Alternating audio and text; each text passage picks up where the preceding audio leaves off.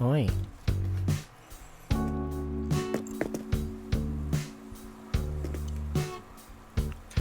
Welcome back to another episode of the Weekly DLC. I'm one of your hosts, Kurosh, joined always by my co-host, Jang and Vargas.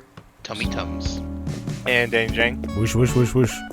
And if you're not familiar with what we do, we come to each and every week, podcasting service of your choice. We talk about nerdy stuff, usually comics, games, movies, everything, pop culture, and gossip sometimes even, and everything in between. We post on Mondays, and if this is your first time listening to us, we're on all different kinds of podcasting services.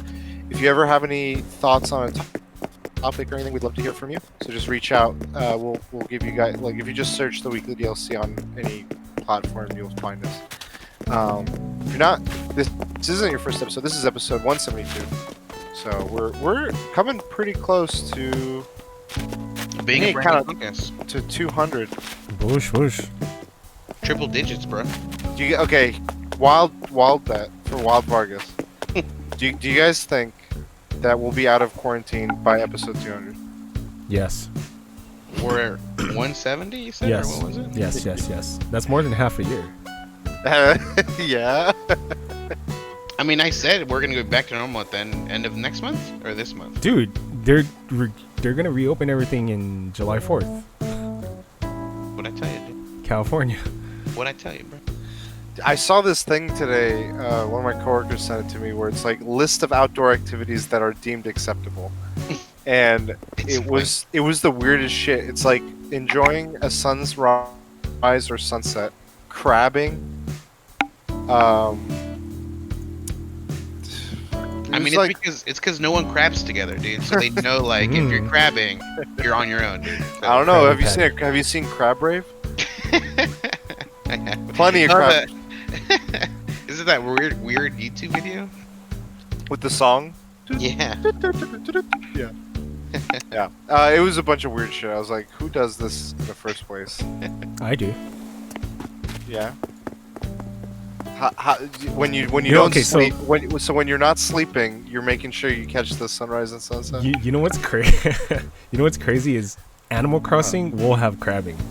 I mean, it was like leaked, but it was in the last game. So, Really? Yeah, you're gonna dive for like sea animals. Oh yeah, the deep sea thing. Yeah, I Yeah. remember that. Seeing a data mine for that. That was funny. Damn, I think this list was based off of Animal Crossing, dude. Because you can enjoy both the sunset and sunrise. Is Animal Crossing based on life or is life based Hey, on... San Junipero, dude. What came first, the game or the life, dude? The chicken or the egg? Yeah. Both. So, outside of quarantine, what have you guys been up to? I got Terraria, Okay. and It's hard. I get You tell. wrecked. Yeah, It's dude. fucking hard. It's I don't know how to explain. I mean, obviously, like the concept is very similar to like Minecraft. It's 2D, where, 2D Minecraft. Yeah, it's like a 2D Minecraft. So it's like side scroller essentially. You like up, down, left, right,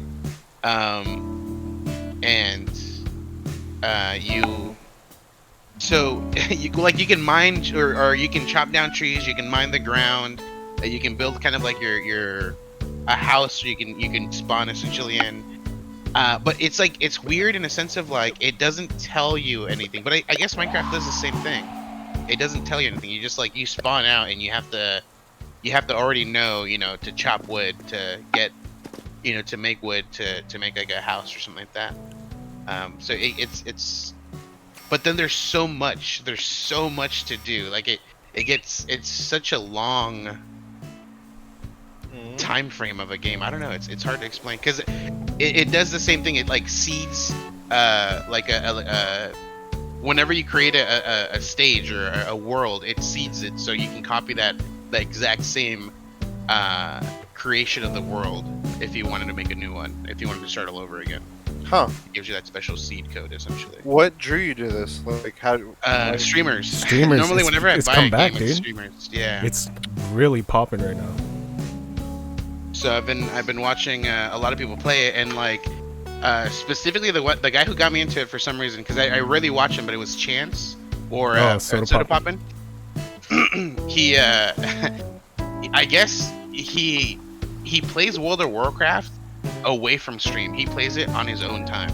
Yeah, I remember you mentioning this when we were shit talking about. ton. Like, No, well, I guess I don't know. He says like he does it because he thinks it's gonna be toxic, but I think he just like enjoys the game and doesn't want to have to deal with chat while he's playing this game that he likes.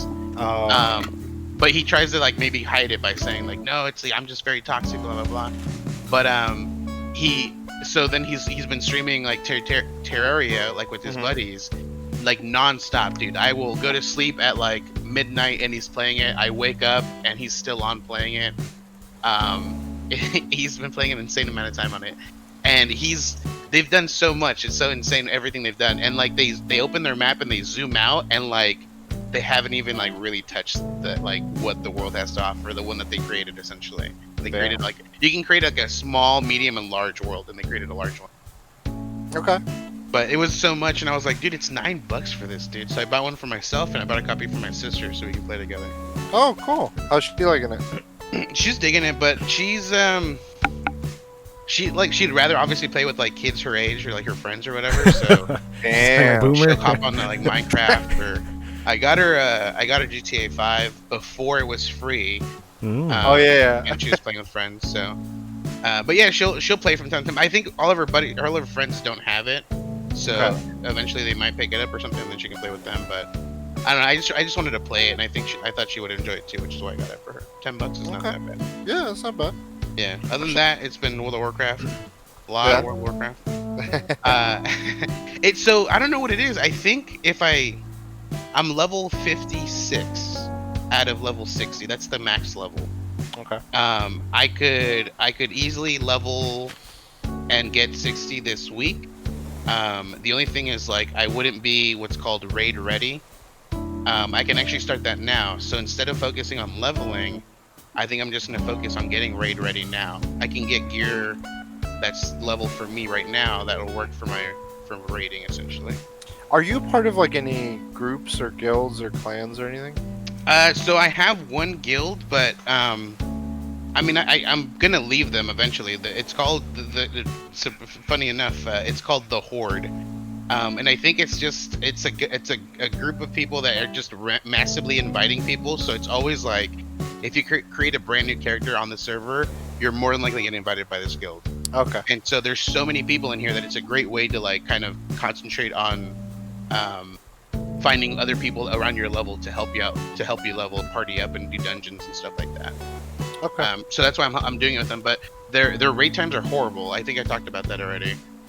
So I can't stay with them end game because I can't match the raid times that they want to do.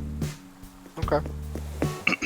But yeah, so I think I'm gonna do that. I'm gonna focus on doing like the last 3 or 4 dungeons that the game has to offer before you reach 60, and all those will drop gear that I can use. Because essentially what you need is, so I maxed out at level 60, your characters do, and then when you do raid bosses, they're level 63.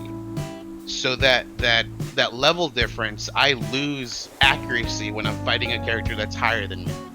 So what you try to do is you try to you do what's called maxing on hit cap. So essentially you try to get as much hit to the point where you never miss anymore, and you don't want to go over that because that's just wasted stats. You don't need more hit than what you need, and then from there you start concentrating on other things, like I'd get more agility or I'd get more critical strike or something like that. So what I'm trying to do now is cap on hit so that I don't miss and lose DPS that way. Interesting. And this is with which character? The hunter. Okay. Nice. Yeah. So Did your friend ever you cut out. What was that? Did your friend ever catch up? The one that you were like they started playing so you Yeah, he's catching up real quick, dude. He's probably level 45 now. I don't know if I can see it.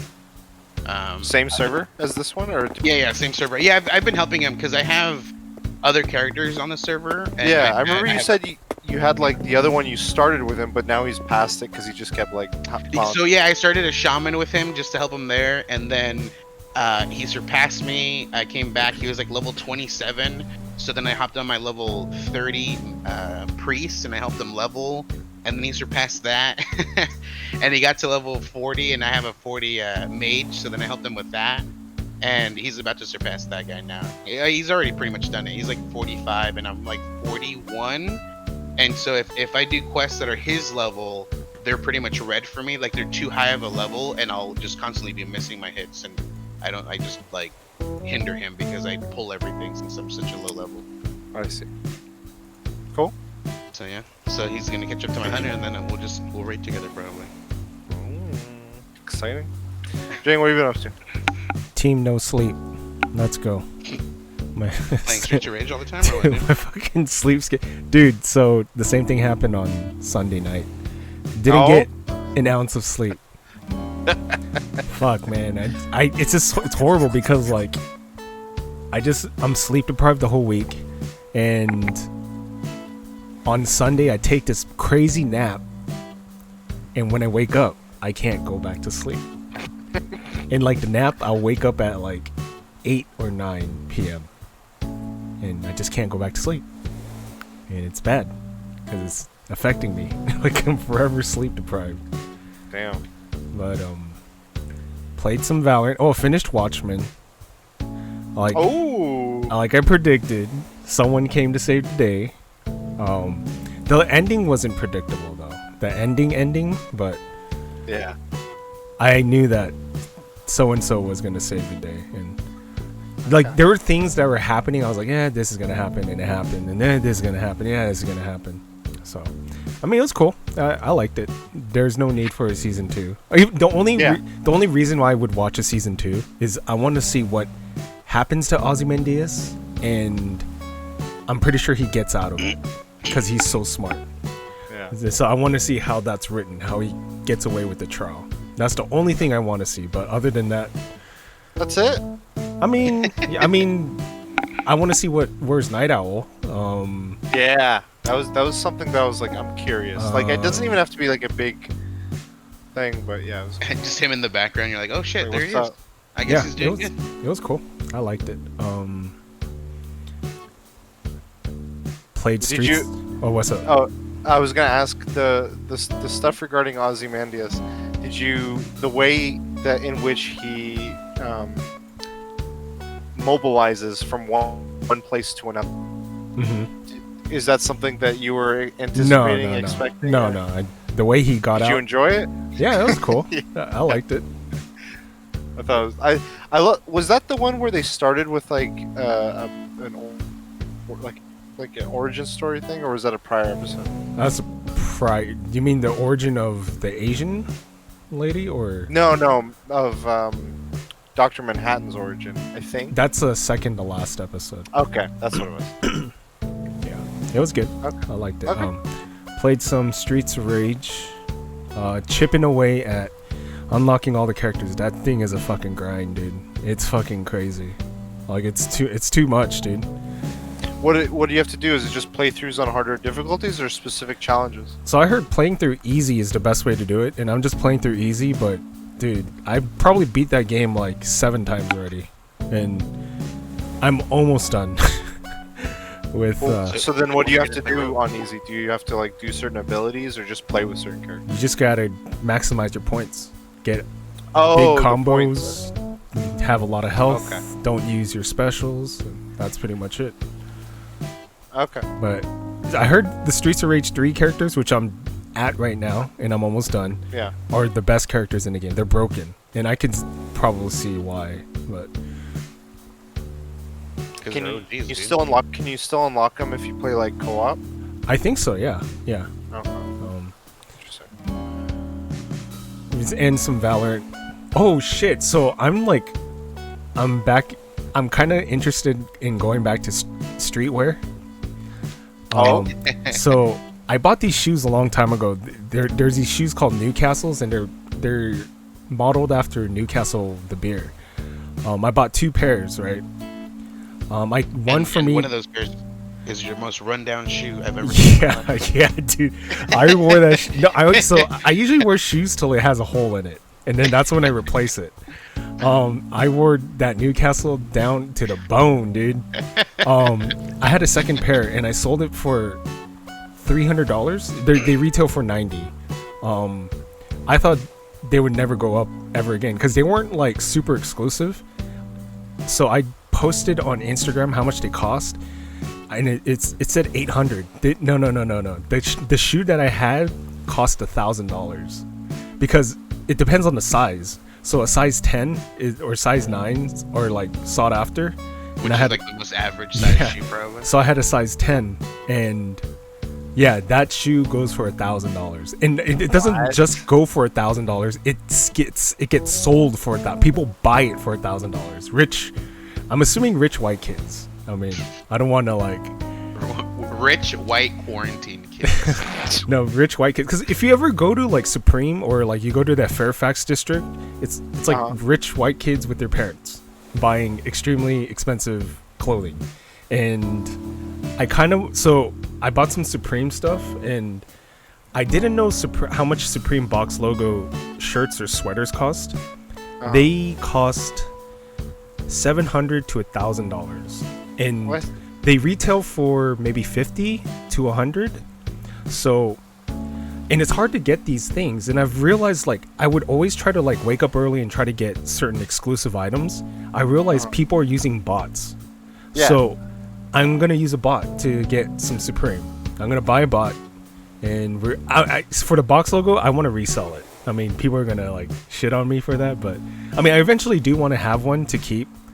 But these shirts are just super, dude. Something about Supreme, they're like super limited, and people want them. And these box logos, they're super rare. So, if you can't beat them, you gotta join them, dude. So, I'm gonna. So I have a question. Yes. What does it mean to get back into streetwear? Does that mean your interest in exclusive gear to own, or the whole finding rare things and turning them around? I really wanted. My most ideal situation is to buy two of something, so one can pay off the thing I bought for free. That's like the ideal situation. Like, you know, the stuff that so Kaz, a graffiti artist, he did a collab with Uniqlo. I told Vargas to buy like shirts, and I bought a shit ton. I bought double shirts.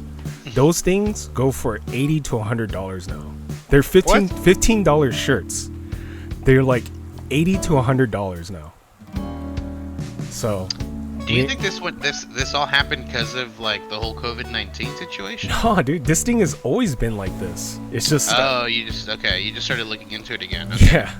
I thought you you were look into it again. You saw Well, it, like, there's a new app. It's not new, but there's an app that's kind of like the stock market, and it tells you, it values like certain things, and people use it because what happens is you buy it, you have to. So if you want to sell something, you buy it, you send it to that company.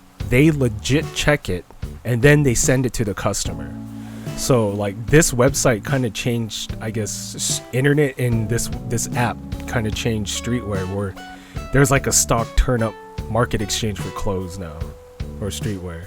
Wow. But I mean, I'm letting you know, there's a Billie Eilish Uniqlo with Takashi Murakami $15 shirts. These are gonna be, you're gonna at least double your money. They're gonna come out, I think, next week. They're on the website right now? Oh, they're gonna come out. I think they're coming out, so I'm gonna have to buy double. I'm not gonna use a bot for Uniqlo because I feel like it's kind of easy to get. Have you used the bot before? I have not. Okay. So, but the next Supreme box logo, I will use a bot.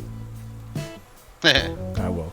I mean, I just want to keep stuff, and then I want to resell stuff, but mostly I do want to, flex, dude.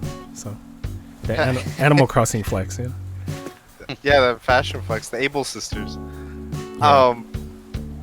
You did a couple of videos recently, right? Are Okay. you working on them still? Yeah, I'm filming just B-roll. I haven't filmed the main meat of the content, but Is that partly tied to what you want to do with this streetwear stuff, where you're like, it was helping, you were kind of like getting back into that with that? so one of them, so I did a unboxing for a Supreme waist bag. I bought a Supreme backpack. So I'm gonna do an unboxing for a Supreme backpack. I'm still working on it, but dude, both of those things, they came out this like last month. Both of those things gone up 25% already.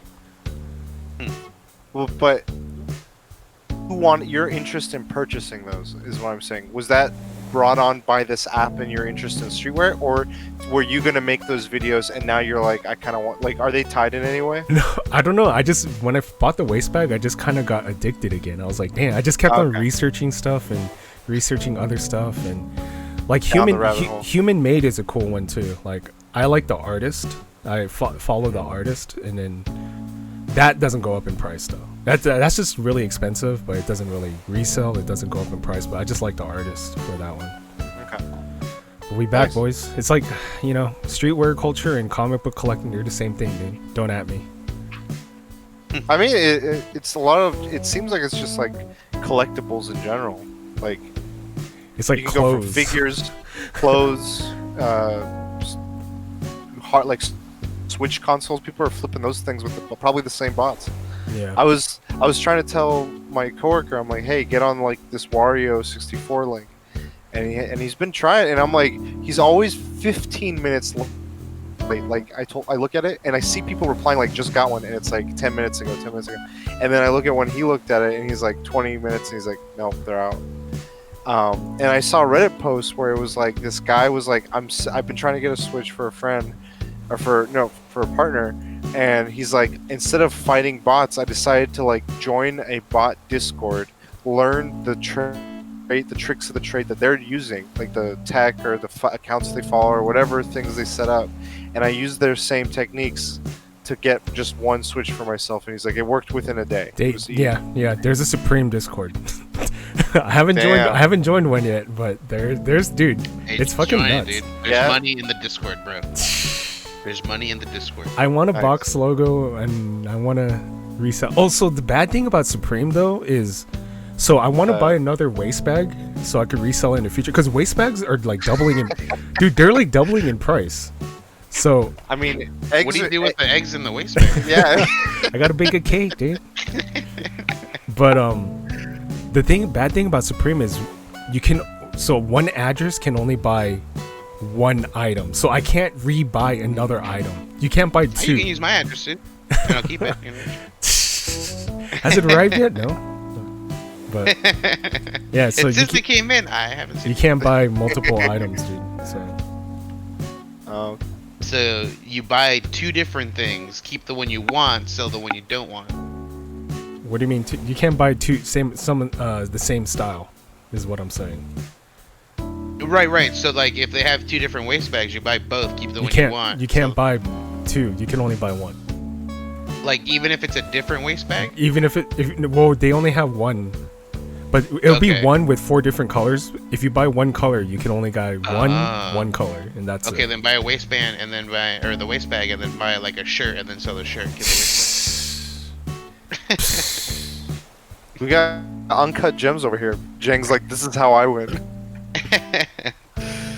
Nice. Have you been reading? I'm still like, I'm almost done with Slaughterhouse. Man, I'm just getting no sleep, dude.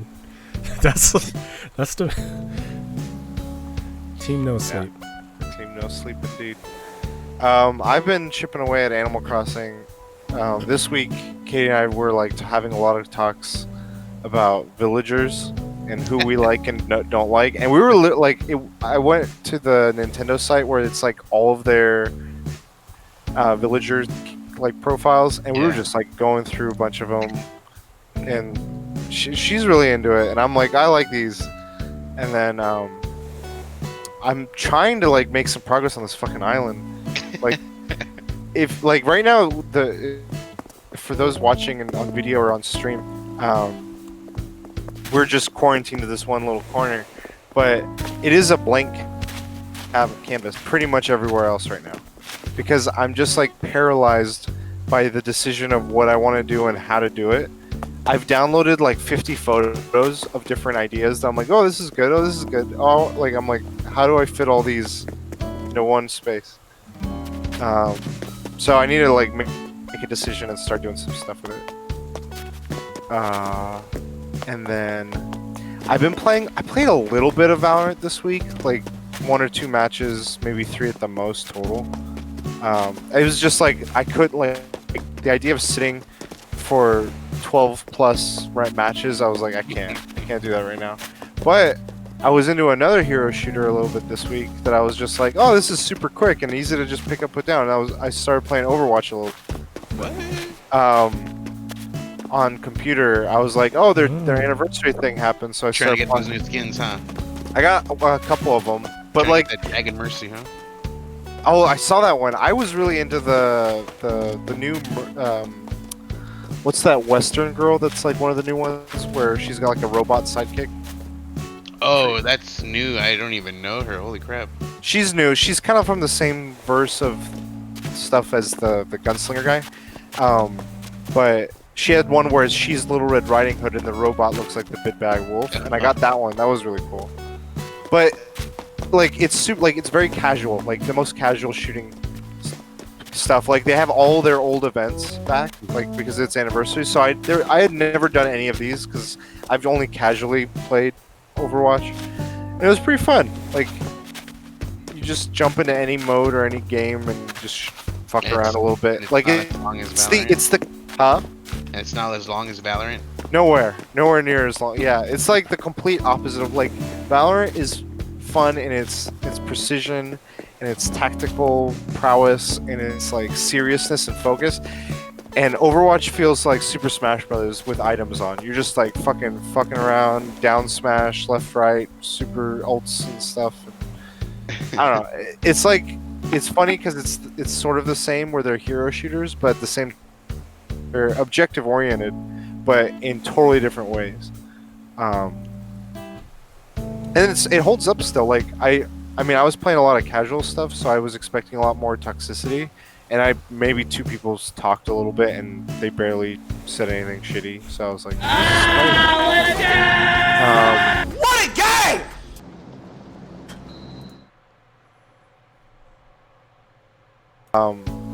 I think I mentioned a little bit. BattleTech is like a mech game where it's tactics style,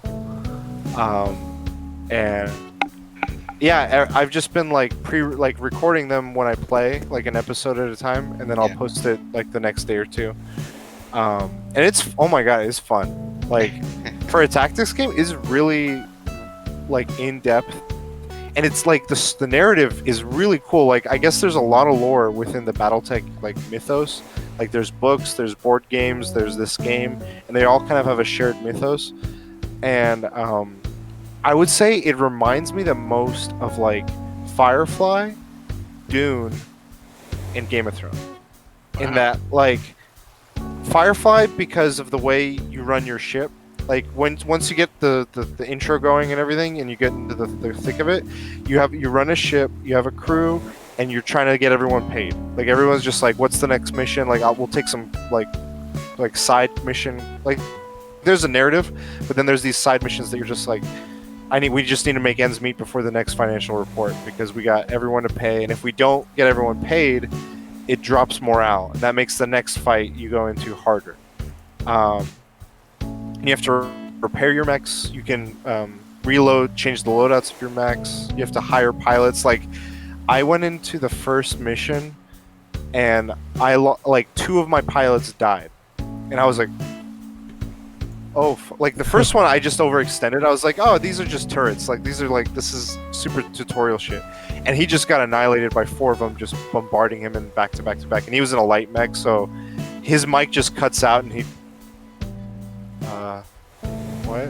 And then at the tail end of that mission, I was trying to stop something, but I didn't realize that there was a generator for these turrets instead of targeting each individual turret. And by the time I realized that, she was so hurt that I was like just trying to get her to run away, and they had her number and just killed her. So like the mission ends, and I ended that episode with like, was it a success? I don't think so. But it's been fun. Like so that's the Firefly part of it, and then the Dune part of it is like, it's these like large nation sectors.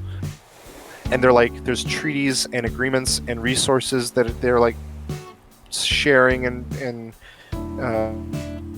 trading and everything. And there's a lot of politics that goes into it. It kind of gives me that like Destiny, like this larger, like predestined towards greatness and lineage and all that stuff that makes me think of Dune. But at the same time, it makes me think of Game of Thrones, and that there's so many different factions, and there's personality traits tied to each faction. So there's like this draconian faction who like it's super far-flung future, but they're like they pride themselves on how well they pay homage to ancient Japanese culture that they've like kept prevalent to their society, and like how honor in battle has evolved with the tech in the future. There's another group that's like very like Nordic. There's another group that's like very down to earth. Like all these different like groups, and you're like, oh, I got a like a Game of Thrones vibe with like, and they have their cool sigils and stuff. So that's fun. And then, and I still have like, this will get into my topic, but I still have like a JRPG kick right now.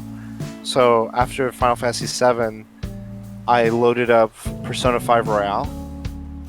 And to give context, I've played Persona 5 original before, and I got up to the very cusp of the first palace. I have now passed that point and beaten the first palace, and I'm like on the beginnings of the next one. So I'm like, just this quarantine's helping me get through JRPGs. Like, I don't think I would get through them in a normal situation. But it's fun. Like, it's a good game. It's got cool style. It's got a Pokemon-like quality with the whole Persona thing, where you're like capturing and combining and all this shit, collecting. But I also so the JRPG thing again. I just want to say real quick, after our conversation of last week's Final Fantasy VII topic, I was talking with my coworker who's also a big like JRPG. I was talking to him, and I was talking to him about a lot of the stuff we talked about, because he was the one telling me about all the stuff I should learn. And so I did my research. What happens in Final Fantasy VII Remake does change things in a big way from what had happened in the original, because of certain characters' paths being altered. And it's like the game does things where you're like, I think it's very likely that certain characters are aware of this possible alternate timeline or parallel universe. Tifa? And not Tifa. So like, do you guys care if I say anything? Go ahead. Vargas, are you okay? Yeah, I'm fine. Okay, so towards the tail end of the game,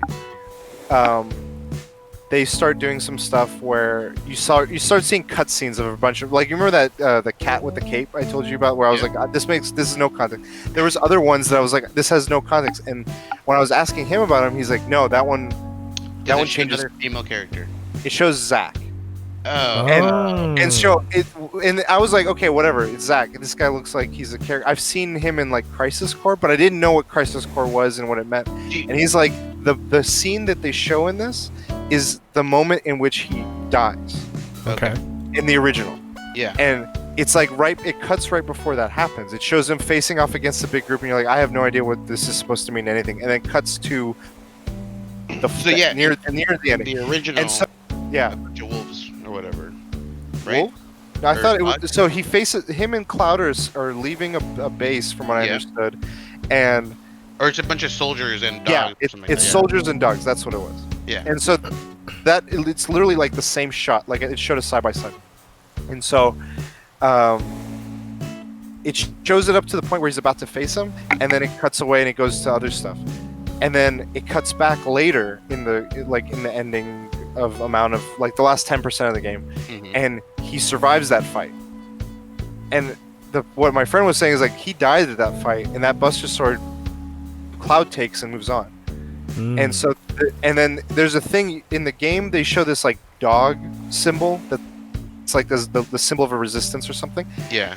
When they show Zack, they show that dog flashing on like a chips bag, but it's a different kind of dog, but it's the same like the helmet and everything. So the theory is, and it's heavily like this is accurate, is that this is now an alternate timeline in which things don't necessarily have to go the same way as the original game went, and that Sephiroth is privy to this, or he's either privy to it or he's a different Sephiroth. Like he's the Sephiroth from the original game, and he's like, I don't make it in the original game, and I can have a chance to change destiny.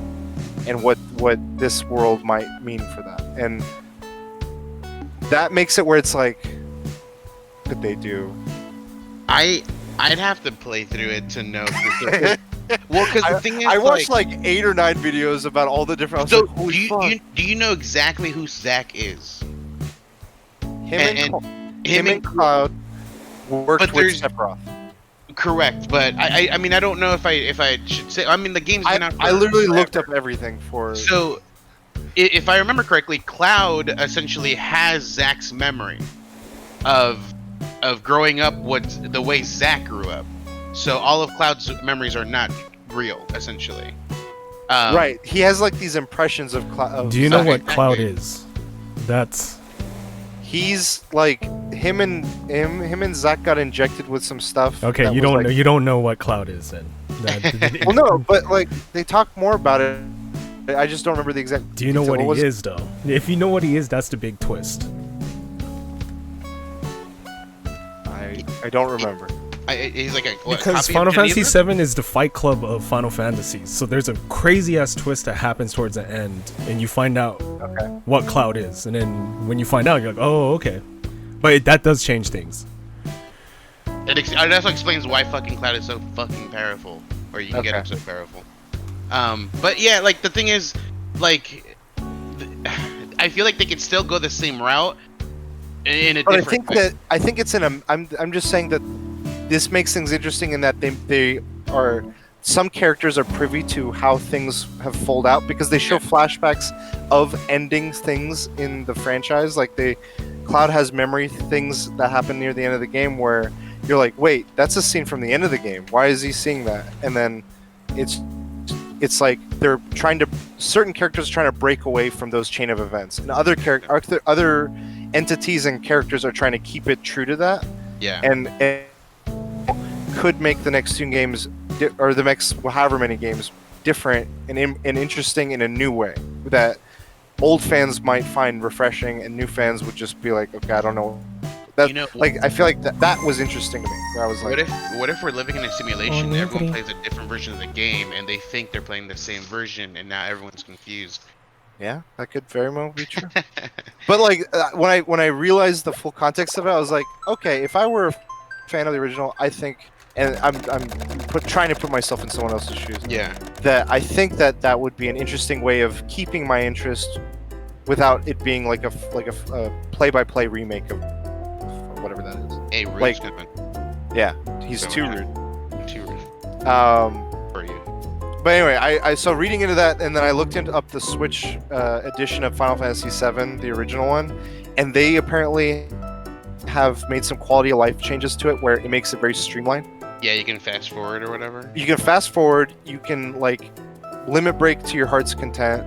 Oh shit. You can. So essentially, you picked it up, is what you're telling me. You can fast travel and do like you. It's like you don't need to grind. You don't. Oh, you can disable random. Too rude. And I was like, all right, those are the things that I didn't want, and I'm like, now I don't mind. So yeah. I'm like, maybe after Persona 5, I'm gonna try Final Fantasy 7. Anyway, you guys want to get into topics? Let's do it. Yeah, let's get rude. Okay, Jang, do you want to start us off? So I finished watching Watchmen, and there's a character, Dr. Manhattan, who sees time as a single point, past, present, and future all at the same time. So I don't want to get into spoilers, but let's say he can see an outcome happening, but he doesn't, and he's powerful too. He has a lot of power, so he can prevent that from happening, but he still lets it happen. So I guess my question is more in a broader term. Do you guys believe in free will versus predestination? Because that's the thing that was okay. Unless Dr. Manhattan wanted that to happen by choice, that's one of the things that bothered me. Like, why did he let this thing happen to him? So, yeah, I think that's what it is. I mean, he has stepped in before, to do things, but I think in general, like, obviously, especially in the comic books, like, he just allows it. He's like, I think he thinks like whatever happens will happen, and he essentially almost has no hand in anything. He just allows things to happen to him, and I think it's really cool that they kind of segue that into the show as well. He has that same attitude, like he's kind of over it because he's almost all-knowing. So it's like there's no reason for me to try to do anything. I mean, like I could change it if I wanted to, but you know, I'm not gonna waste my time. I don't know. That's what I think, at least when it comes to him and his mentality. Yeah, I mean, it's like if you know how things are going to turn out and you try to change them, I feel like you know is going to impact things in a way that I don't. It's weird because it's like I've seen different works of fiction trying to approach the same thing, and they're like you can change a bunch of little things, but the major like milestones of time are always deemed like untouchable. Like they do this with Terminator all the time, like the no fate but what we make and all. And but like they showed in some versions of the film where things just still end up getting to those same points. Yeah. And I think it's more of like these fictions are less about like how much control we have and where it's going to take us, and more of how we're going to react to those things, and like what does that say about us. Like if you take like the whole world and everything, there's so many things that are not in our control, and I think that like those authors or those creators are trying to wrestle with that, like the control versus like what you can and can't control. And I feel like when Alan Moore or just when like a writer's approaching Dr. Manhattan, they're like he's only in control of like how he reacts to some things, and in the greater path of everything, he's like I'm just a speck in all this. Like Yeah.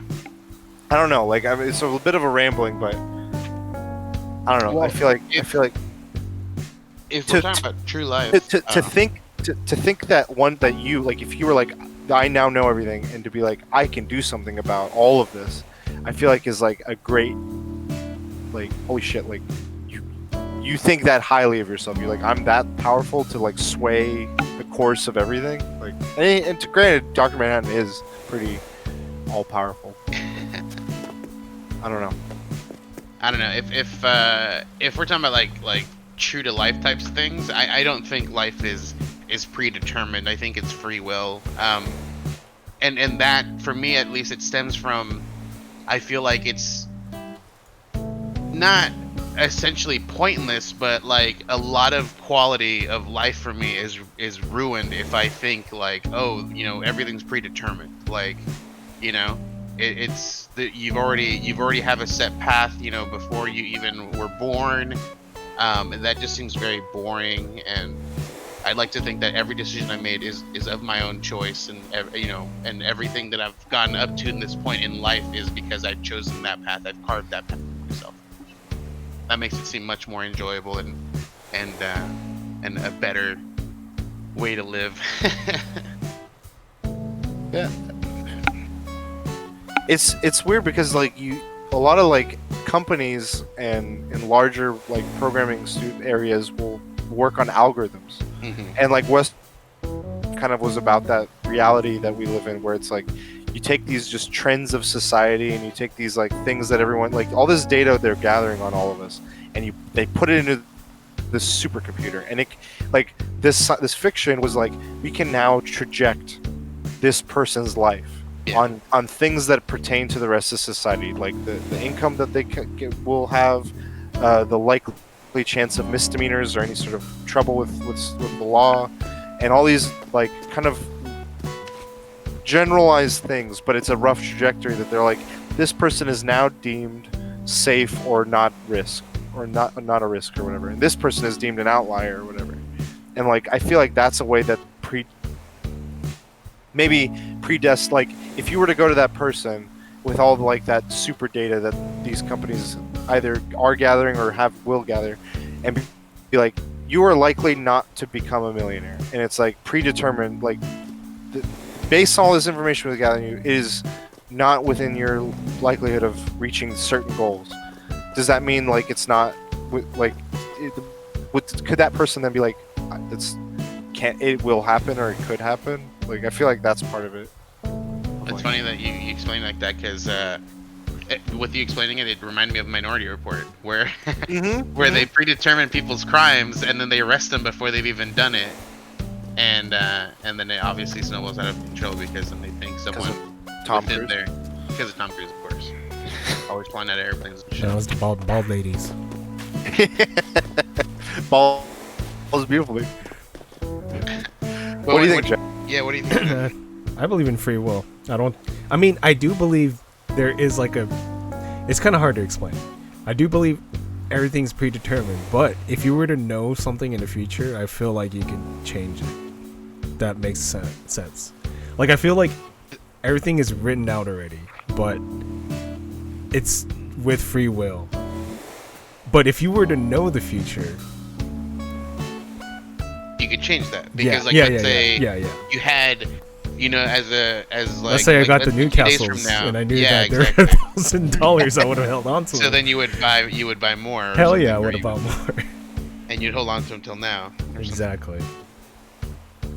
Gotcha. Yeah, I believe in free will. But I guess you're saying you believe in both, but like in a one over the other. It's like a yin and yang. Yeah. Like you can't have free will unless you have predetermined destiny. I don't know. Free parking. Free parking. I knew you were going for a phrase, a motto. I don't know. With Dr. Manhattan, he's a very interesting character, because he obviously he's very powerful, yet he does nothing. But I feel like knowledge is well. I don't think a human will ever get to the vast knowledge that Manhattan has, but I feel like if you knew everything, what enjoyment, in life is there? Like, you can't be surprised. You can't be like, there's nothing, like there's nothing can be done. And obviously there's ways around it, like the show shows it, or the whatchamacallit, well, both the show and the comic. But Yeah. This guy, I feel like he's just, the reason he's so emotionless is because he knows everything. And What? I think he doesn't do anything because he feels that maybe there's a slight chance something might change for him. Like if he allows him to possibly almost get murdered, something might happen, so he decides to allow that to happen. It doesn't seem like he's doing much about it. This is off topic. What's interesting about Manhattan is when he changed into Dr. Manhattan, he lost his humanity, his will to even be human. But then there are times where he wants to be human again, where he wants to fall in love, and that's what is so interesting to me. He's trying to be human again. I feel like I don't know, it's kind of weird because it looks like in the comic book he loses interest, but then when she tells her that who her father is, Silk Spectre, and product of rape, and he was he shocked by the probability of that happening and forming her, and I don't know, he loses his touch with humanity, but at the same time he wants to be human again. And you see it in the show, which is it's so interesting to me.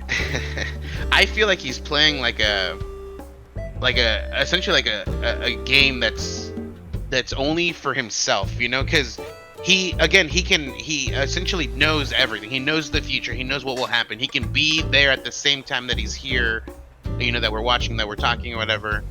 And he probably sees the outcome of the decision that he made in the beginning of the show.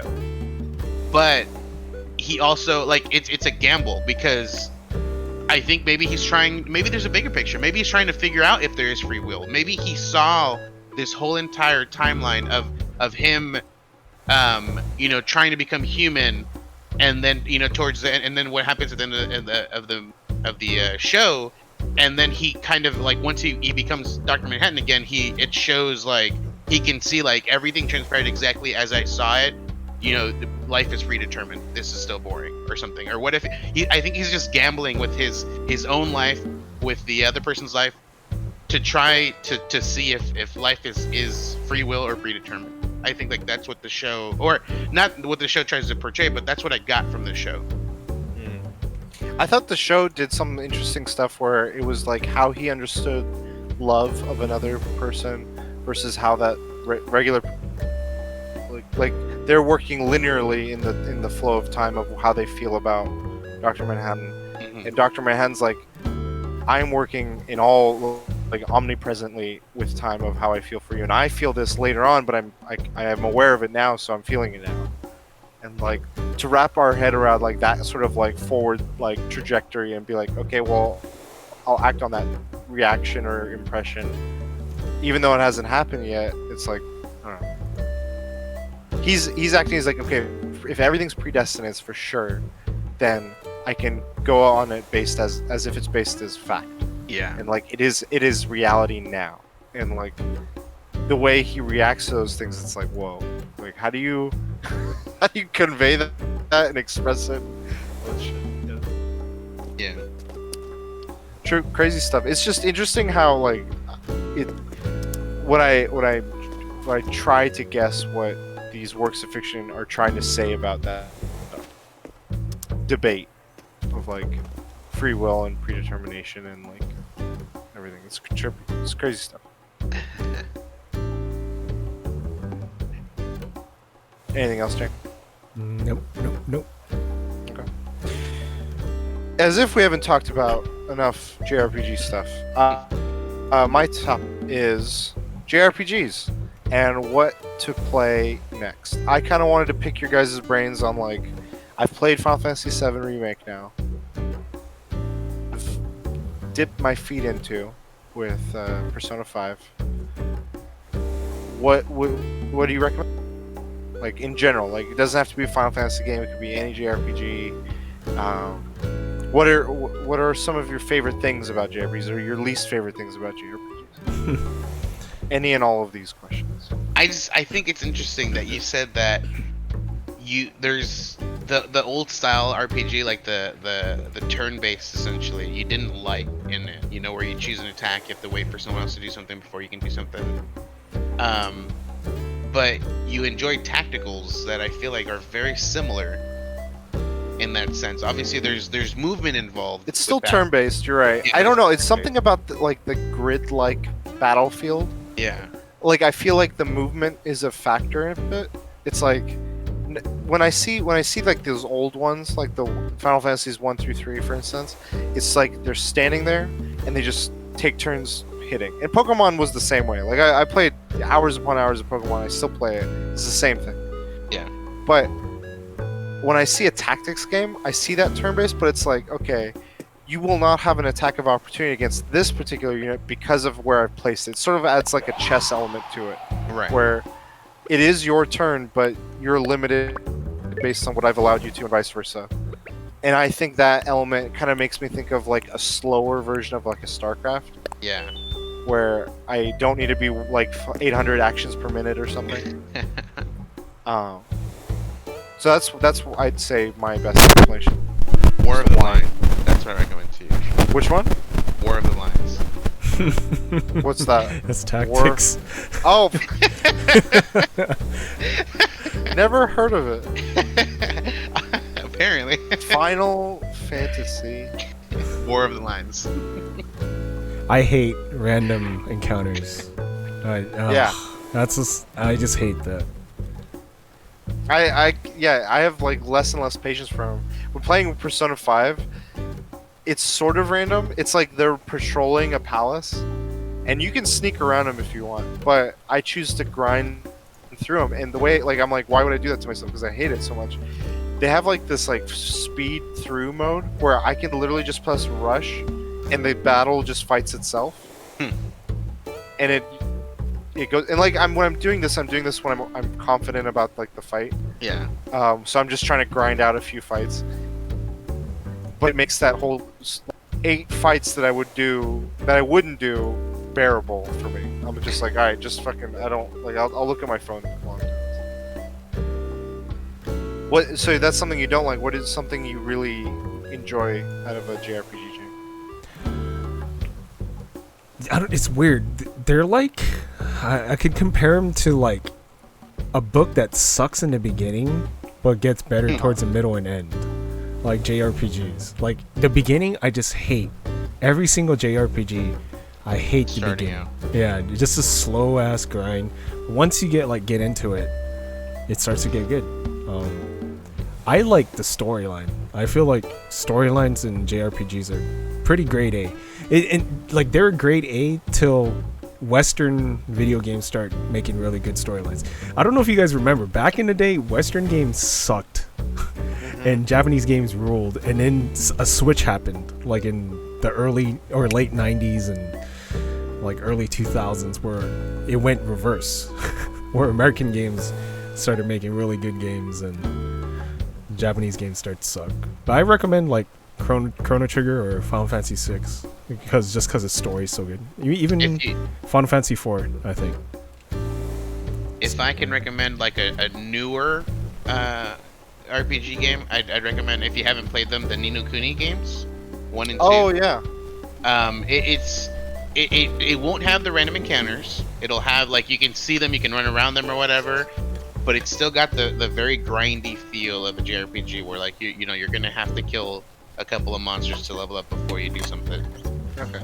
I mean, you can attempt it, you know, and then fail, and then you'll realize, like, okay, I do have to, you know, do it. I mean, it's not impossible to beat it without grinding, but obviously it makes it just so much more easier. Yeah. So I don't know if you remember someone posted something about Tifa, and then I posted Final Fantasy 6 did it better, like a fighting. Yeah. Yeah. So that character in Final Fantasy 6, in order to do his special moveset, it's a fighting game inputs. So he has a Hadouken. You got to input a Hadouken. Oh. Suplex, you got to do that. I don't know what was the input for the suplex, but every one of those like special moves is a fighting game input, which I think is That's pretty cool. Yeah, it's pretty cool. Was his limit break up, down, left, right? There's no limit break in 6. Do they have ultimates? Nope. Then why the fuck do I want to play 6 then, dude? Story, dude. Story, Marcus, baby. do you have any particular favorite release for elements of JRPGs? So I agree with Jang. Like, I think one of my favorite is the storylines. Like, most JRPGs just have fantastic stories, dude. Like, they always do well. It's like, I think. So I didn't get into anime until like a few years ago. But I had always been into JRPGs, or not always been, but obviously, like, when I was playing games, I quickly found that JRPGs were something that I really enjoyed. And I think at a young age, I didn't know what it was, but I think it's that story element.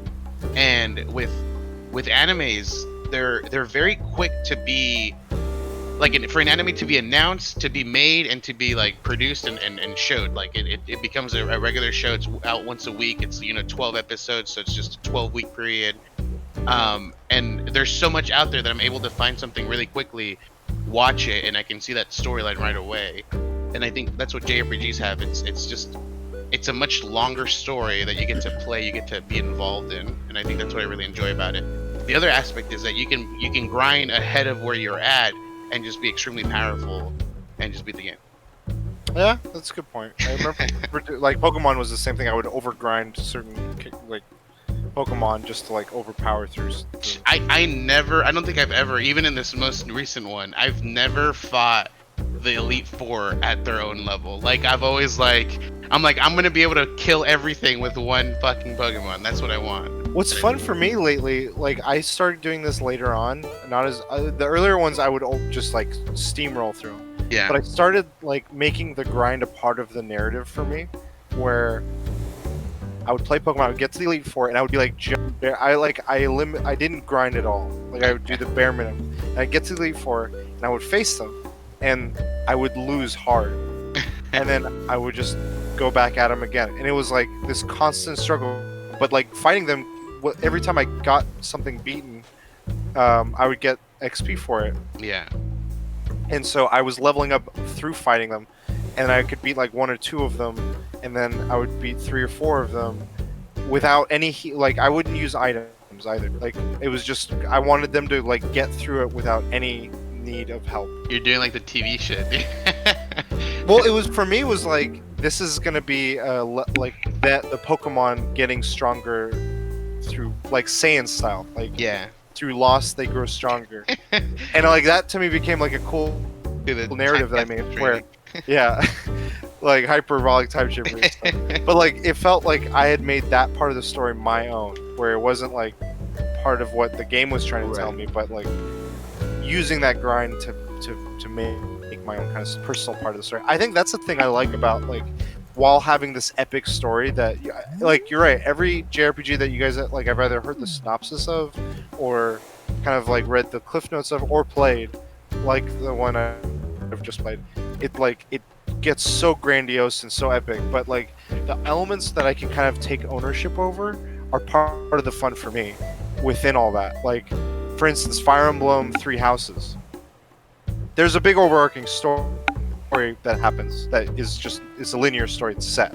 But deciding your relationship with all your classmates and your students, deciding the focus of job classes for your characters and all of them, and how your team is, like, composition is, makes me feel like it's much more personal than if I were to be like here's your 3 fighters that you're gonna have at this, like Mass Effect, for instance, sort of provide. I mean, American RPGs have started doing it more, where they like allow some flexibility within a given team, but choosing like those roles in a JRPG seems much more flexible.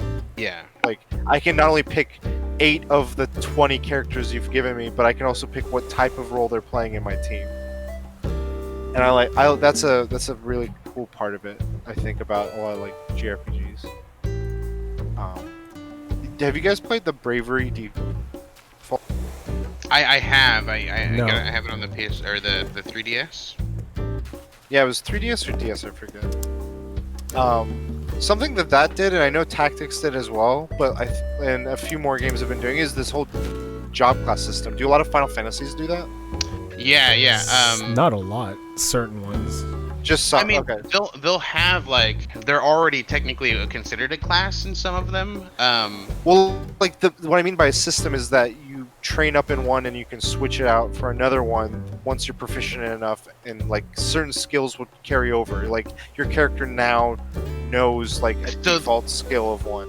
I think the only regular Final Fantasy that did it is actually the Final Fantasy 14, which is the MMO.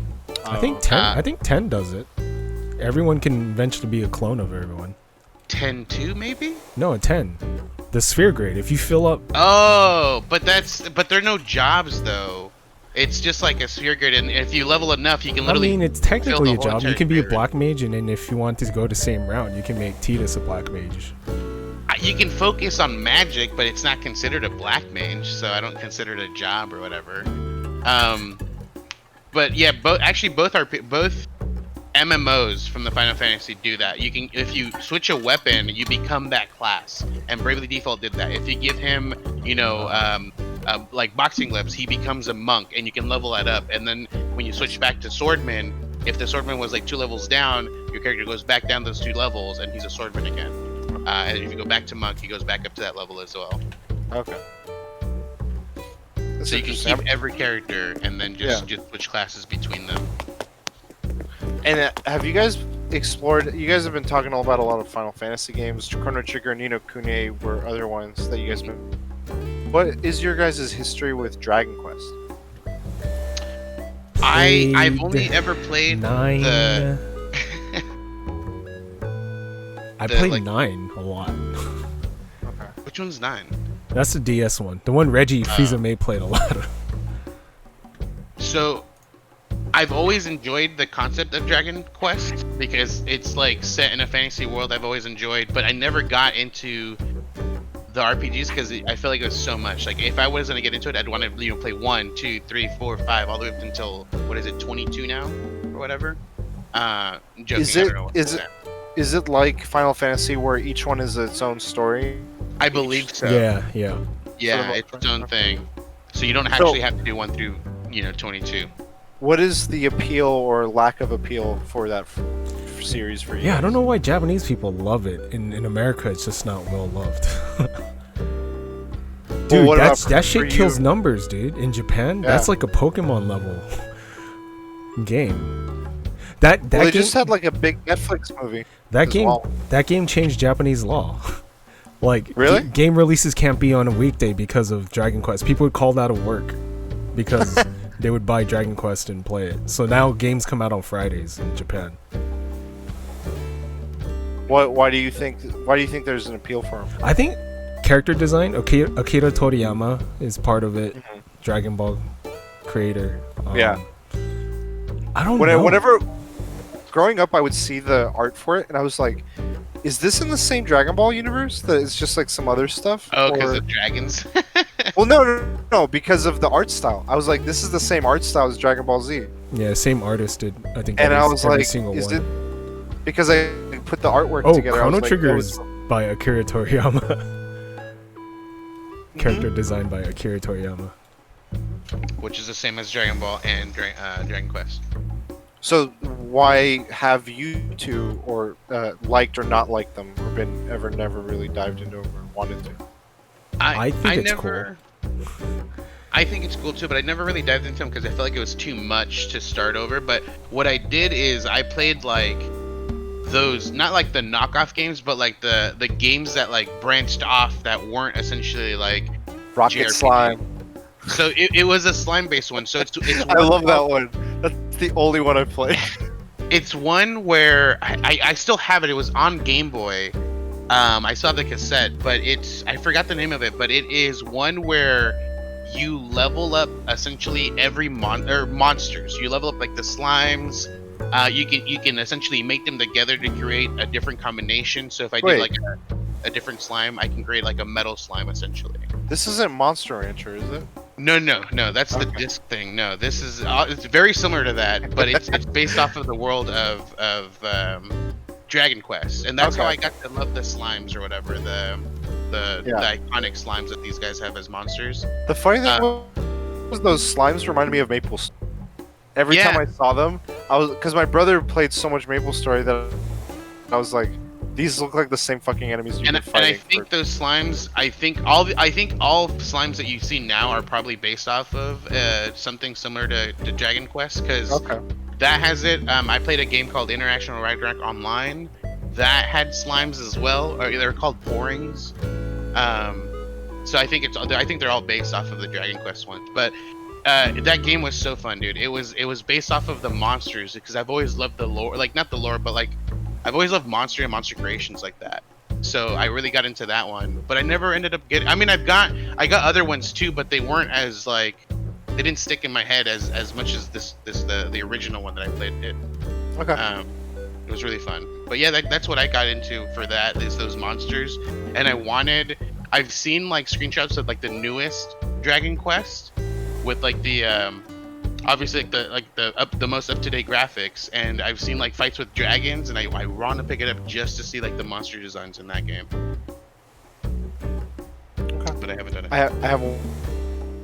If you guys were to you guys have given me some of like the more popular, your like highest recommended ones. If you were to give like under the radar, like most kind of like out of left field recommendation for JRPG, what do you think? What comes to mind? I don't know if I have one. If I can get one to come to mind. Or what's the most like underrated off the beaten path? That's what I'm trying to think. Maybe there was- Xenosaga? No, I mean Xenogears. I'm sorry. Is that in the Xenoblade universe? I have no idea. Because every time I see a trailer for a Xenoblade game, every single one, more so than the previous one, it's like it's for each time it gets worse. They look so daunting and complex and weird that I have no idea what's going on. And like each trailer I see from, like the Nintendo Direct spend like 50 to explain each time those games come up. Have you guys noticed that? Yeah. Yeah, they're. I have no idea if they're in this. I don't think they are. Okay. So if I have to recommend one, it's one that I don't know. It's one that I played on PlayStation. I think when I was younger and I had PlayStation is when I played the most RPGs. I think growing up I started playing less and less of them. But it's Legend of the Dragoon Oh yeah, I've heard of that one. is one that I'd have to recommend. I don't know if there's a way for you to play it off of that. And then there's the Breath of the Breath was of the it Breath- Wild? No, Breath of Fire RPG games too. That's like a whole studio as well. I have one last question. I know I lied. I said a question.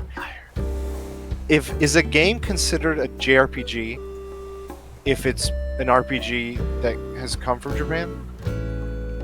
Like Ooh. I feel because like the reason I'm asking is because I feel like Monster Hunter is an RPG.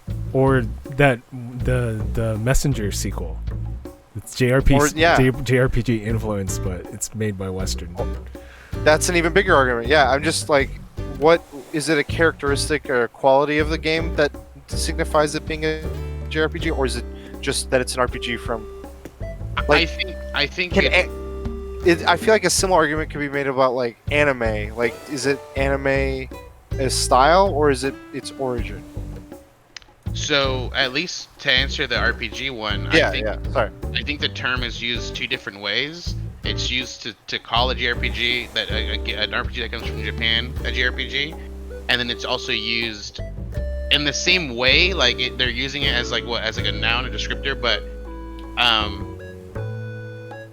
it's they're saying something's an JRPG as a description of saying like it's like a Japanese RPG.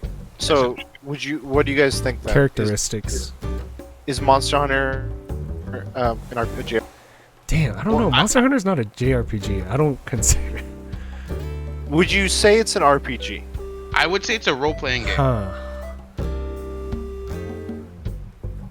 I think if we like Yes. write out the term, it's a JRPG. It's But you yeah, would- I guess it is a JRPG. It's just not turn-based. There's levels, but the levels don't Like You I know, would go say, off I your would say stats. Dark Souls is a JRPG. But then would you So consider the way it's described on Wikipedia is it's an action role-playing game Okay. Yeah. Yes. Dark Souls as well. yeah. 'cause They I don't- so it's describing it for they're saying these games emphasize real-time combat where the player has direct control of their character as opposed to turn-based or menu-based combat, while still having focus on stats that determine relative strength. But I think it's an interesting like conversation of like more so with what you ended up saying with the messenger game, where it's like, is it the characteristics or is it the because that one is much more in line with what like a typical JRPG is. It's just it's not from there. It's like paying homage.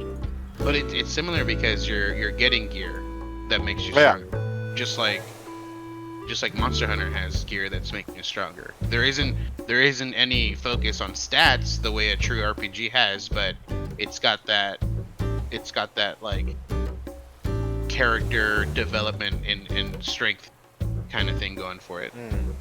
Okay. That was final. That was my last question. I just kept going. I just to add real quick, I Another think one. like eventually games. I mean, we're already getting to that point where like it's hard to describe a game in one sense. You know, like you have to be like it's. Oh yeah. You know, it's Souls like, it's this like, you know, it's Yeah. JRPG like. They're starting to break like specific. Animal Crossing is a Clicks. JRPG. Animal Crossing is an MMORPG. So- Dude, 8 villages? Come on. Gotta Yeah, go for I agree. I think that the genres are blending and mixing in 5 more years or 10 years we're going to be talking about a whole new like set of genres and hyper genre. Anyway, Vargas, on to your topic. So my topic is, I'm just gonna answer the question. Should Yes. influencers, when they fight each other or when they talk trash to each other, should there be should influencers use sponsorships as a way to fight other people? And I guess let me explain it. So what happened is KEEMSTAR, or H3H3 made a video showing all the bad things that KEEMSTAR has done before. And in that same video, H3H3 makes fun of the way that KEEMSTAR does his sponsorships, specifically with G Fuel. So he's like, dude, brought to you by G Fuel, and he like drinks like a colorful drink or whatever, kind of looking like Gatorade. And then people started backing up H3H3, explaining like, hey, when I've hung out with this guy, he's been very rude, specifically KEEMSTAR, and so people started noticing that specifically on G Fuel's website, Keemstar got removed. His sponsorship code no longer works on their website for discounts. So this guy lost his sponsorship because someone made fun of him and then started pointing out specifically, G Fuel is his sponsorship or whatever. They didn't say like, the sponsorship, like to target the sponsorship, but it's happened before. We've had PewDiePie, his is a broader one where the community like started talking like, oh, he's racist, you should not let him make money, and obviously all of his sponsorships dropped off. But I feel like we're getting to a point where influencers, when they fight each other, they kind of a way to kind of attack someone is not letting them do their job, DDSing them or doing things like that. But now they can start hitting them in pocket wise and removing them or stopping them from being able to get money from sponsors and stuff by saying like, hey, this guy has done this and this and this, he's not a proper influencer, you shouldn't probably be sponsoring this guy. Do you guys think that's like the right thing, or what do you guys think about that? Like, what is your thoughts on that? Jang? I don't know. I wouldn't personally attack someone like that, but I feel if he wanted it to go that way, if he wanted to hit him low, I guess that's on him, like. But it's also not even like, sometimes it's not targeted. I don't think H3H3 meant for him to lose a sponsorship. There's also another one where Pokimane, she's a streamer, she obviously watches videos on stream sometimes like as content, and someone showed her like, hey, there's a guy who made a 20-minute video about you, calling you a thought the whole entire time. Like, she's getting views by showing herself, by being a thought or whatever. And at the end of the video, she makes a remark saying like, hey, dude, sponsors should look at videos before they go sponsor and be like, oh yeah, like let me sponsor this video about someone calling a thought for 20 minutes, And the guy later on replied that he lost his sponsorship because of that comment, because of that remark by Pokimane.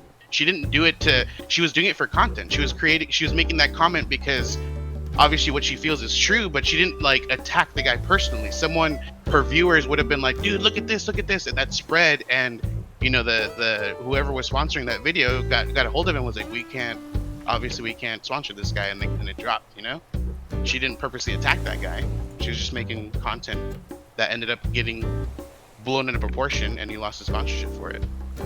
I mean, I think it's it's this wild west of being what it means to put yourself out in the public.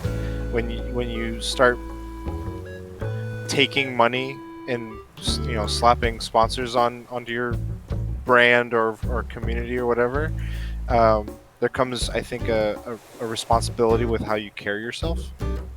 So, like, if I took this as a company, like, let's take away from individuals and just say the company of, what's his name?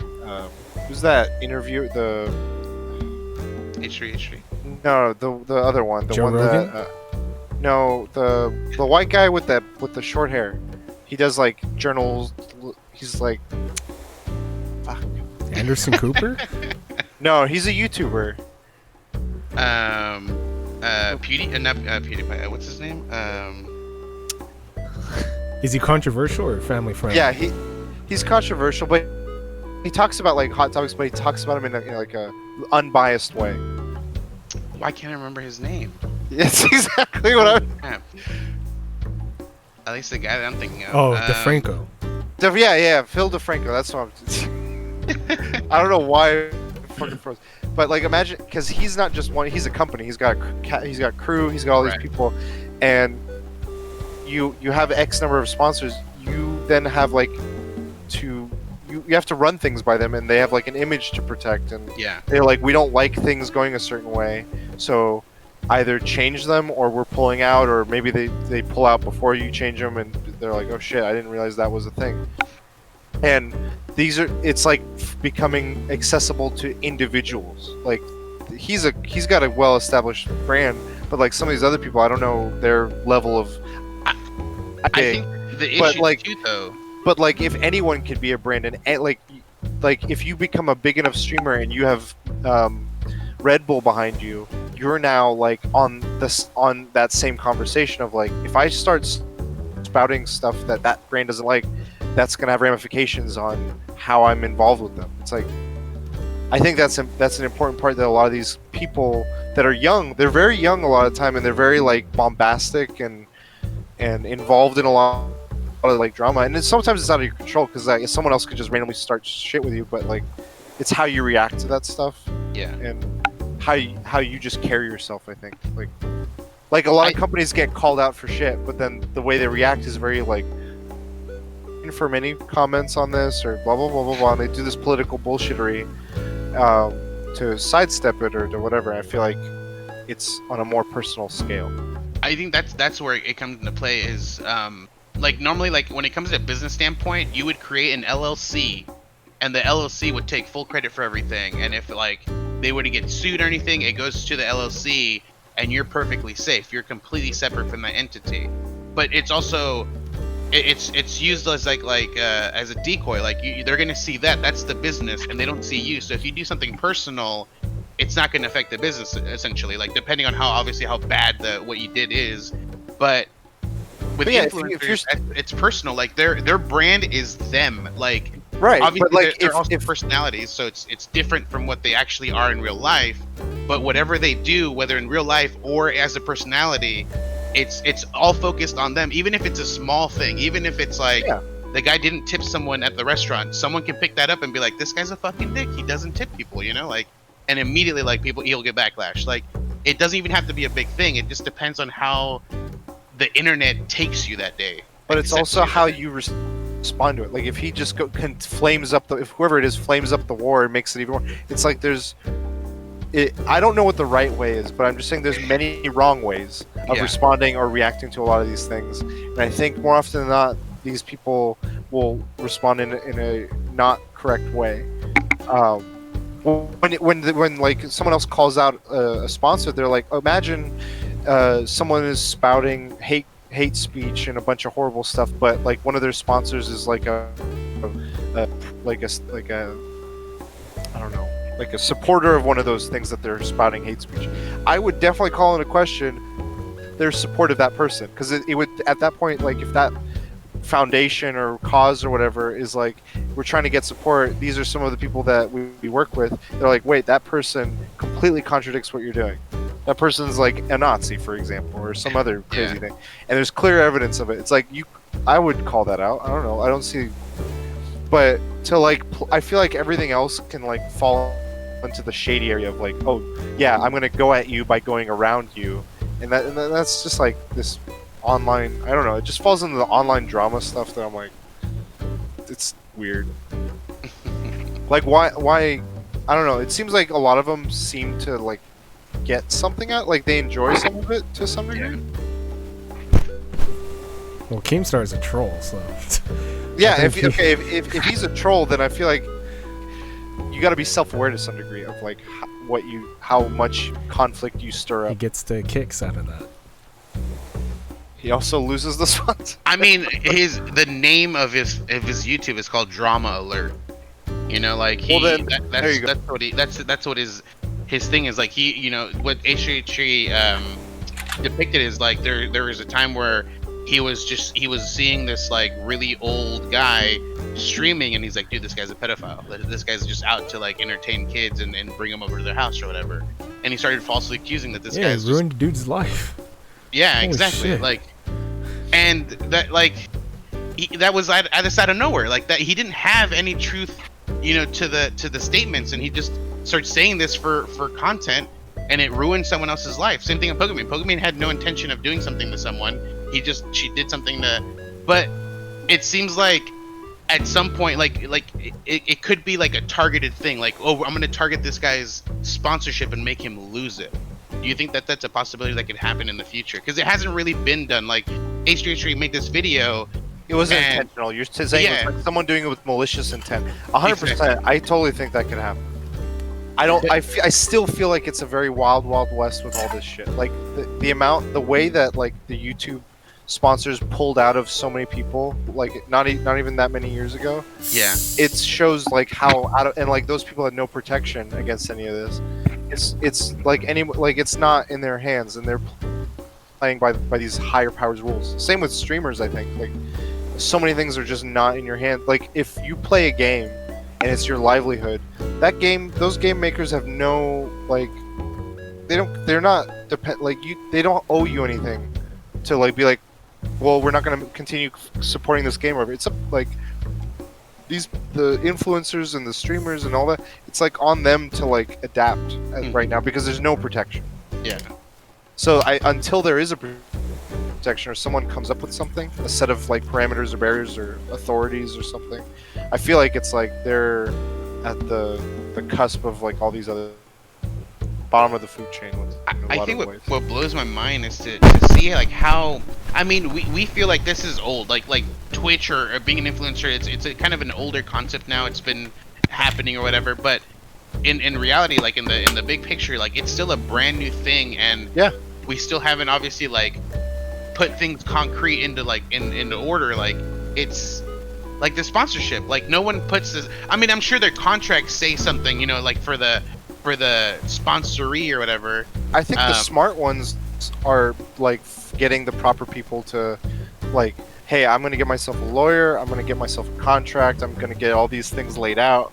But a lot of these people, I would say, like, the vast majority are just like, hey, I just want to become an up-and-coming star and just put myself out there, and, you know, who knows what'll happen. And just there's a lot of education that doesn't go with. I don't understand how, like, some of the big YouTubers don't have publicists. Like, goddamn, like, you have the money. I think that's a new concept, though. Like, that's not something, like, if I were to become big on YouTube, my first thought wouldn't be like, let's get someone to help me. Yeah, but I'm talking about people that are more established. I'm like PewDiePie. That's what I'm going to target. You're like, I can't believe he's been doing it for a while. He's been big for a while, and he still doesn't have a publicist. And he probably still doesn't have a publicist after all these events, which... Yeah. I feel like he has to. I'm going to Google it right now. Well, maybe now, but, I mean, when those two big things happened to him, or that one big thing, he didn't have one. Yeah. I think it's just like you get swept up, and it just, like, you ride this wave of... I know big time streamers now have lawyers. I don't know about the publicist part, but I know, like, big time streamers, they have lawyers, they have a team. They have what? A team. Oh, okay. I'm looking up, like, there's websites that show how to, like, book PewDiePie. Yeah. But like, one of them shows, like, contacts available, either booking agent, manager, or publicist. Only managers checked off. I guess meaning he only has a manager, I guess. And he probably uses the manager as a publicist as well, maybe? I don't know. To know what to say and what not to say. That's crazy. But yeah, like, I think eventually, like, you know, there's going to be, like, a path that influencers take. Like, when they get to a certain point, like, they have to have, you know, like a publicist, you know, they have to have a manager, they have to have someone, like, telling them, like, don't do this, please, God, dear God. I mean, they could and they couldn't, because, like, you look at some things with Hollywood where actors are trying to, like, rise it through the ranks, and some have to get a lot of them just get very creative with, like, opportunities and this and that, and they get screwed over by their agent, and stuff happens, and then, you know, they're in 8, like, animated films that they don't want to do or something. I think that they, like, I think influencers think it's a weird concept to hire someone to help them. Like, even Ninja, I don't think Ninja has one either. I think it's just I thought his wife was. Well, his wife is his manager. Yeah. You know, and she can be obviously everything that it needs to be, but that's just a point of, like, I feel like I think their situation's a weird one because they're obviously married, so like the idea of him hiring someone who happens to be his wife isn't the same as hiring a random stranger who's going to tell him what to do or not. But I think with Ninja, he essentially has his wife, and those two chalk it out, like, what should I say, what should I not say, and you can see his progression over time, like at a young age when he was doing Halo and early, you know, streams, like, he was cussing people out, he was, you know, what'd you say to me, you little shit? And then as time progressed, he was, like, you know, dialing that back. Obviously, there's still some of it there, but at this point, like, that's pretty much gone. Like, if he does anything out of that, he knows it's on purpose. to make some content, you know, like so that people can clip it and show it off or whatever. You just made me think of something. You know how like if you follow an actor, like, Mhm. like an actor could be. I'm comparing an actor to a, let's say, a streamer in this case, Ninja. Yeah. So let's take someone like Ryan Reynolds. Let's take Ninja. They're both people follow their careers, right? Mhm. Ryan Reynolds can star in a child's movie. He can star in like a teenage rom-com. He can star in like a rated R film. Yep. Do you guys think there is a way that exists right now in which Ninja could stream to different types of audiences of different age groups? There is. He does what's called a late night stream, and that's After where dark. it's a mature audience audience. Yeah. Oh, okay. So that's something I wasn't aware of. It's just like you talking about like him being now just to public. Like I'm like, is he forever now a child like streamer to kids, and he can never be? Okay, so the After Dark thing. Okay. When daylight is out, he is an everybody streamer, and when the when the sun's out, See how like he definitely like did he like make that very clear when he did. Yeah. because He, I feel like that's something that people could go out like he could say something during that After Dark stream that someone could be like, well, my kid saw it, and like you have toys in wherever, like Yeah. like what grounds does that parent potentially have of like being like like should he be like, let's target his sponsors and be like, should you be in the kids section of Target? And I wonder Yeah. if he's got like some legal like stuff set up where he's already like set things up. He's like, listen, I'm gonna What'd do you say this. to me, little shit? I think the thing is like he is threading a fine line, because if anything he does in the After Dark streams obviously gets clipped and shown at any moment in time, it could be like, hey, this is the guy you guys are sponsoring. That's you guys another really want thing this too. guy? People take clips and put them out of context, or they don't. They cut the important parts out. Yeah. And Yeah, so yeah. like you get put in a very bad spot. Like Yeah, a lot I wonder of, how. Yeah, go ahead. a lot of ninjas like streams now, like where it's him yelling. If you look at the before context, he's messing around with his teammates, and then it gets to the point where he'll yell just to obviously like create that content. But if you cut that point, you're like, oh fuck, this guy's yelling at someone random, like Yeah, he's being really rude again. YouTube kind of compilation. Exactly, yeah. So a lot of that isn't I guess him being some of- rude to anybody. Yeah, I guess some of it comes with the territory. I guess like you put yourself out in the open, like people are gonna make deep fakes. People are gonna like clip a bunch of stuff together, and you just I don't know. On a personal level, you gotta like learn how to react. Like celebrities probably get a bunch of shit too, like in movies and. I don't know if you guys saw, but like, because I brought up Pokemon, but she recently on stream opened up a link that was essentially porn. She has not Nani? like publicly hasn't said anything, dude. Like Amaranth? it exists, the clip exists or whatever. I'm sure you can find it, but if you look at her Twitter feed or anything, doesn't apologize, never even mentions it. Like it's just completely scrubbed it's off of her timeline. Sometimes thing. you gotta act like it didn't happen. Like do you remember Fusli? Yeah. So there was a dildo under her bed, and then people were pointing it out. What's that? What's that under your bed? She's like, I don't know, guitar. and then so that's the inside joke in her streams now. Like people go, like, nice guitar. Where's the Like, guitar player? do you still play your guitar? See, but the thing is, like, I mean, what she did is in like not talking about it further. Obviously, like, there's that inside joke because she did say something about it. But with Pokemon, like right now, if you didn't know about it, you don't know about it.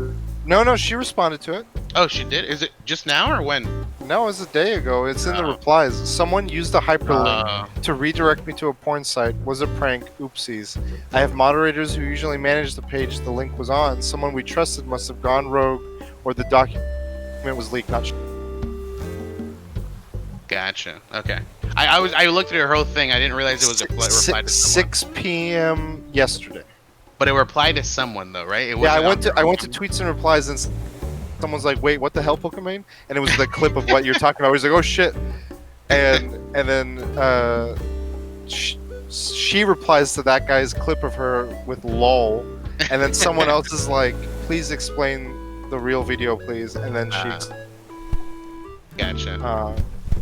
Okay, well, she didn't make like an actual like statement like front line. Maybe that was the best way to respond to it. Is like if someone brings it up, I'll respond to it, but otherwise I'm not making a big statement about it. Yeah, possibly. Maybe. Like you said, there's different ways to go about different things. You know, like. Yeah. There's no predestination. Maybe it's. Wait, are you saying there's free will? Hey, but what about pre-final destination? That's only if it's in Final Fantasy VII, because nothing's predetermined. Dude, even that game talks about destiny. Holy fuck! Because that's okay. So those ghost things are tied to that. They're like the things that are like keeping things going a certain way. Yeah, because it seems like they surround someone when death is imminent. Well, no, they start expanding their role. They're like, oh, this other thing happens. You're like, wait, that's different, and then they steer it to not happen, and you realize that it's part of that whole destiny stuff.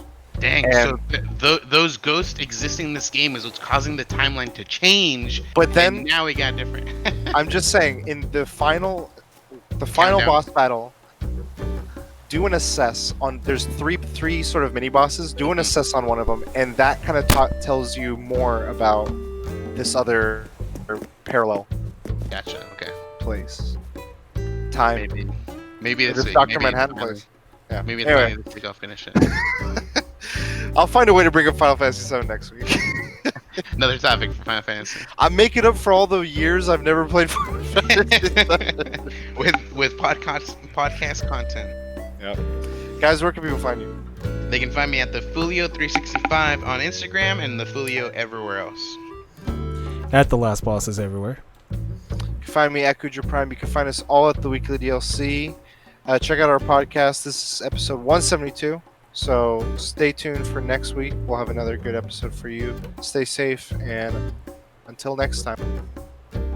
Will. DLC. Finish it up. What? I said will. Yeah, will DLC, and then I say, is it? I don't know. remember. No, I say will. You say DLC. He said. My bad. I fucked it up. You want so sometimes we do it wrong, but until next time, will. DLC. You later. Oh my gosh, dude.